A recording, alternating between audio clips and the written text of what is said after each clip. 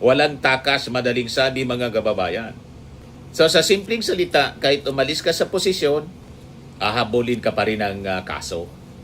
Madaling sabi, hindi nabubura ang kaso dahil sa kanyang pag-alis. Hindi nawawala yung investigasyon. Hindi natatapos yung accountability, yung pananagutan mga kababayan. So ito yung maling akala ng marami na parang lag out yung resignation. Hindi po ganon mga kababayan. Nakasave na po ang record.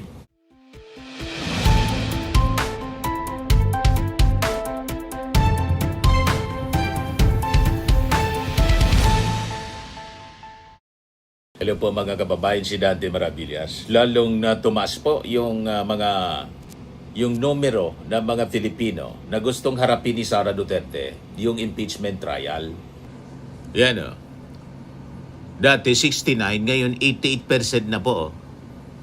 88% ng mga Filipino na is harapin ni VP Sara ang Senate impeachment trial. So sabi dito sa report ng DCMM, lumabas sa bagong survey ng Tangere na 88% ng mga Filipino ang nais na harapin ni Vice President Sara Duterte ang impeachment trial sa Senado. Kapag 88% na ng mga Filipino ang nagsasabing humarap ka sa impeachment trial, hindi na yan simpleng opinion lang ng iilan. Hatol na yan ng public conscience na sawa na sa palusot, sawa na sa pa-victim at sawa na sa style na laging may script pero walang sagot ayon kay Deputy Speaker Paulo Ortega IV. Hindi po pwedeng umiwas si Sara Duterte. Kailangan talaga harapin niya. Lalong lumalakas yung duda ng publiko na talagang guilty si Sara Duterte. And this time, pinag-uusapan nga po ang posibleng lusot ni Sara, ng kampo ni Sara. Pinag-isipan na siguro na mag-resign na lang si Sara. Yun na lang siguro ang iniisip ng kanyang kampo, ng kanyang mga abogado kasi pati yung kanyang mga abogado, hirap na hirap. Di ba? Ang daming abogado ni Sara pero hirap na hirap ipagtanggol si Sara. Di ba? So ang topic natin ngayon yung possible preemptive resignation mga kababayan ni Sara Duterte. Pero sabi po ng mga nakakaunawa, ang possible na pag-resign mga kababayan ni Sara Duterte, hindi po siya escape button. Hindi siya immunity. So kapag kasi mga kababayan ang issue ay korupsyon, hindi maipaliwanag na yaman at bilyon-bilyong mga anomalya tulad ng na-detect ng AMLAC. Ang simpleng pag-alis sa pwesto mga kababayan ay wala pong binabago sa pananagutan, accountability. So kung ang plano ni Sara, yon ang kinukonsider ng kanyang mga advisors at abogado ay mag-resign para makaiwas, mali po yung basa sa batas. Dahil po sa ilalim ng batas, ang accountability po mga kababayan ay sumusunod doon sa ginawa. Hindi doon sa posisyon mga kababayan. So hindi po adlang ang pag-resign mga kababayan sa pananagutang administratibo. Sa batas ng Pilipinas, ayon sa mga legal experts mga kababayan, ang pag-resign sa pwesto, hindi po siya nagpapawalang bisa sa mga kasong administratibong naisampa. Naisampa na habang ang isang opisyal mga kababayan ay nasa serbisyo pa. Ang legal na basihan yan mga kababayan ayon sa mga legal experts, yung naging desisyon ng Supreme Court sa Office of the Ombudsman versus Andutan Jr. Ang jurisdiksyon ng Ombudsman ay hindi nawawala dahil lamang sa pagbitiw sa tungkulin ng isang opisyal. Yung resignation is not a way out to evade administrative liability. Ang pananagutan daw sa batas ay nakakabit sa ginawa nung nasa serbisyo pa. Kaya hindi ito matatakasan ng simpleng pag-alis sa pwesto. Tapos, walang takas, madaling sabi mga kababayan. So sa simpleng salita, kahit umalis ka sa posisyon, ahabulin ka pa rin ng kaso. Madaling sabi, hindi nabubura ang kaso dahil sa kanyang pag-alis. Hindi nawawala yung investigasyon. Hindi natatapos yung accountability, yung pananagutan mga kababayan. So ito yung maling akala ng marami na parang lag out yung resignation. Hindi po ganon mga kababayan.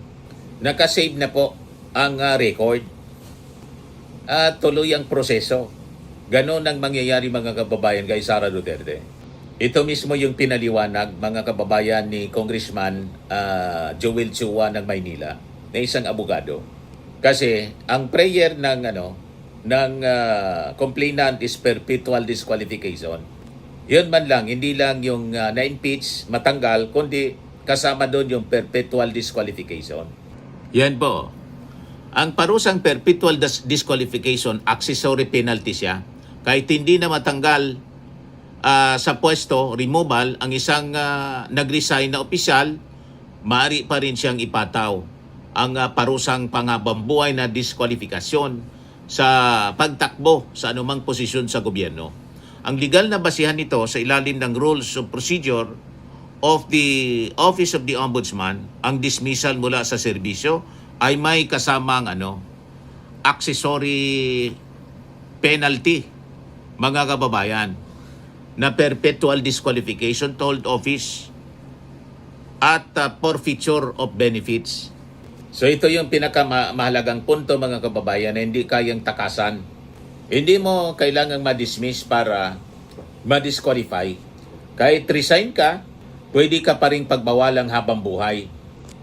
Meaning, hindi ka na kailangan hindi ka na pwedeng tumakbo kailan pa man, kahit kailan, Kaya kung guilty ka, tapos na yung political career mo. Iyon ang mga kababayan, destiny ni Sara Duterte. Ngayon, bakit niya Mr. Maravillas ganun? Ang layunin po kasi ng impeachment ay para proteksyonan ang Estado.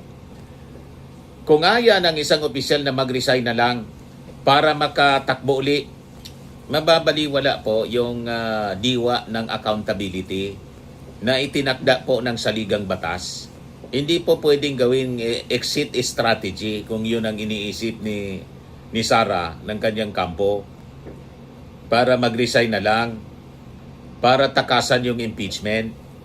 Hindi pwedeng ganon. Kasi po yung impeachment, hindi lang yun dinisinyo para tanggalin ka. Ito ay para pigilan kang bumalik. Protection po siya, mga kababayan ng publiko, laban sa repeat offenders. Kasi maulit lang. Di ba? Kung hindi i-disqualify perpetually, tatakas lang siya mga kababayan sa pamamagitan ng pag-resign tapos tatakbo. Maulit. Di ba? Kaya malinaw mga kababayan yung prinsipyo dito. Hindi dapat nalulusutan yung sistema sa simpleng pag-alis. Malinaw mga kababayan yung yung pagsusuri ng COA doon sa pondo, sa confidential funds na umaabot sa 448 million pesos yung na-disallow. Ayan po. 448 million disallowed ayon sa ulat ng Abril 2026.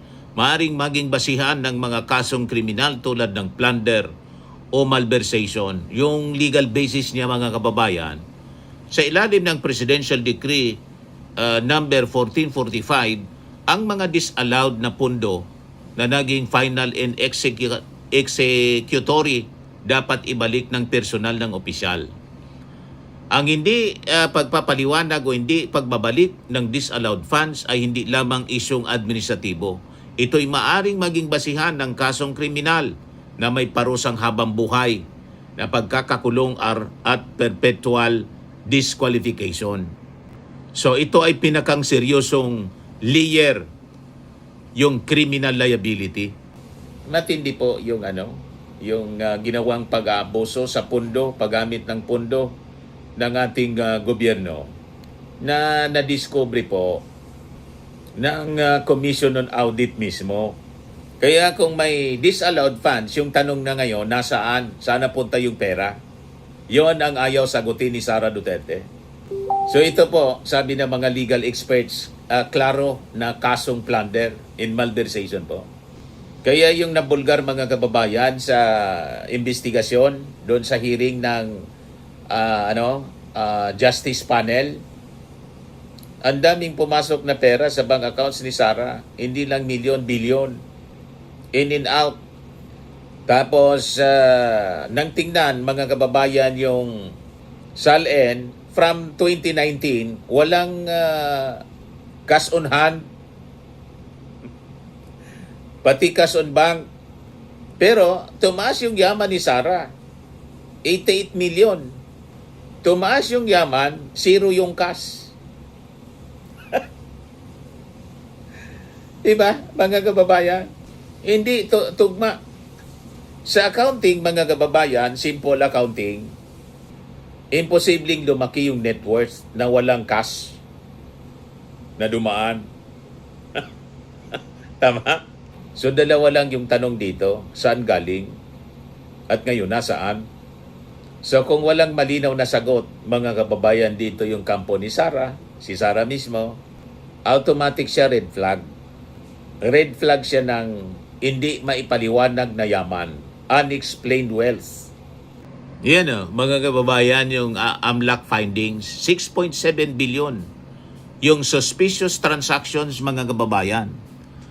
Kinumpirma ito mismo ni AMLAC Executive Director Ronel Buenaventura noong April 22, 2026 na may natukoy silang suspicious transactions sa mga bank accounts na iniuugnay kay Sara Duterte at ang kanyang pamilya na may kabuuang halagang aabot 6.77 billion. 6.77 billion siya. Sa ilalim ng Republic Act 9160, Anti-Money Laundering Act, ang AMLAC ay may kapangyarihang magsiyasat ng mga transaksyong walang malinaw o legal na pang-ekonomiyang basihan. Ang opisyal na ulat ng AMLAC, mga kababayan, ay nagsisilbing matibay na ebidensya na may mga covert na daloy ng pera na hindi tumutugma sa legal na kita ng isang opisyal na maaring maging basihan ng kasong unexplained wealth. Kaya naintindihan natin kung bakit ayaw mag-attend ni Sara mismo para sagutin itong mga akusasyon laban sa kanya. Hirap talaga po yun ipaliwanag. Siguradong magkakabulbul lang si Sara. Kaya todo iwas, mga kababayan. Ayaw mag-attend. Ang sabi, ready si Sara, sabi ni Atty. Pua, ready si Sara harapin daw dun sa Senado. Kasi tingin ni Sara Duterte, kakampi niya yung Senado. Di ba, mga kababayan? Ganon ang paniwala ng kampo ni Sara. Nagsalita na po yung kanyang abogado. Confident daw sila na ma-acquit si Sara. Wala pang ang trial. Acquittal na agad. Assuming, mga kababayan, hindi nga kayang sagutin sa Congress. So naniniwala kayo, i-acquit siya ng mga senador na hindi tinitingnan yung ebidensya. Ganon ka babaw, kababa ng tingin siguro ng kampo ni Sara Duterte sa mga senador na hindi na mag-iisip at hindi titingin sa ebidensya kundi sa alyansa. O di ba, mga kababayan? So ito pong nasilip ng AMLAC. Hindi ito chismis. Ito mismo yung financial trail. Hindi siya opinion, mga kababayan. AMLAC na yung nagsasalita. Suspicious, mga kababayan, sabi ng AMLAC, nang ibig sabihin, walang malinaw na source. Hindi tugma sa income. Posibleng money laundering. At ang halaga, hindi lang milyon, bilyon, 6.7 billion. Kaya yung mga nagsasabing simple lang ang mga Duterte, bilyonaryo po, multi-billionaire. ang sinasabi ni Digong na walang pera. Paano walang pera?